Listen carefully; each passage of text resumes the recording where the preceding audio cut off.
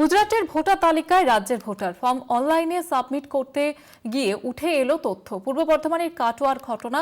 Voter তালিকায় গড়মিল, রাজনৈতিক তরজা শুরু হয়েছে এই ঘটনাকে কেন্দ্র করে। যেমনটা জানাচ্ছিলাম আপনাদের, গুজরাটের ভোটার তালিকায় রাজ্যের ভোটার।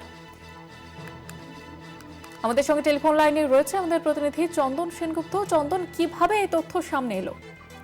দেখো তৃণমূল প্রথম থেকে আশঙ্কা করছিল যে রাজ্যে যারা বৈধ ভোটার আছে সেই বৈধ ভোটারের নাম বাদ যাবে।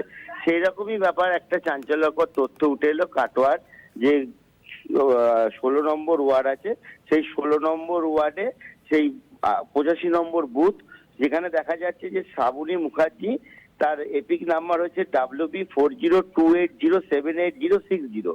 তার যখন যে ফর্ম ফিল আপ করা হয় এবং ফর্ম ফিল আপও তিনি করেন এসআইআর এবং তারপর যখন বিএলও সেটাকে আপলোড করতে যায়, তখন দেখা যায় শ্রাবণী যে মুখার্জি রয়েছে তার নাম কিন্তু আহমেদাবাদের জেলায় 41 নম্বর ঘাটলদিয়া বিধানসভায় 58 নম্বর পার্টে রয়েছে।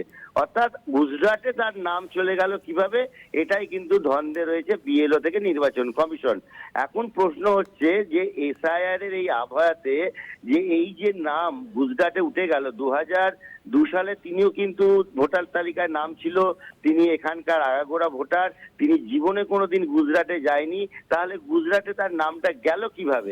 এইখানেই প্রশ্ন তুলছেন রাজনৈতিক দলগুলো, বিশেষ করে তৃণমূল যেটা প্রশ্ন তুলছেন যে এই যে বারবার আমরা বলছিলাম যে বৈধ ভোটারের সংখ্যা বাদ যাবে, নির্বাচন কমিশন এবং বিজেপি যোগ সাজছে, সেই জিনিসটাই কিন্তু এটা হতে চলেছে, এমনটাই মনে করছে তৃণমূল। এলাকার যে পৌরপ্রধান আছে তিনি বলেছেন নির্বাচন কমিশনকে এটা দেখা উচিত কিভাবে এই নাম অন্যত্র চলে গেল। একজন বৈধ ভোটার, যে রাজ্যের বৈধ ভোটার, সে বেরাজ্যে কি করে চলে গেল? পাশাপাশি পরিবারের তরফ থেকে বলা হচ্ছে যে মহিলা কোনোদিন যে রাজ্যের বাইরে যায়নি, জেলার বাইরে যায়নি, প্রায় 50 বছর বয়স হতে চললো তার, সে কাটোয়াতেই তার জন্ম, কাটোয়াতেই তার শ্বশুর বাড়ি, এখানে বরাবরই তিনি ভোটার, তার নাম কি করে যায়? এই যে ভোটের যে এসআইআর এর তড়িঘড়ি এই যে নিবন্ধীকরণ, এটা কিন্তু খুব বাজে অবস্থা চলছে। বোঝা যাচ্ছে চন্দন, এই ঘটনাকে কেন্দ্র করে রাজনৈতিক তরজাও শুরু হয়েছে। ধন্যবাদ জানাবো তোমাকে।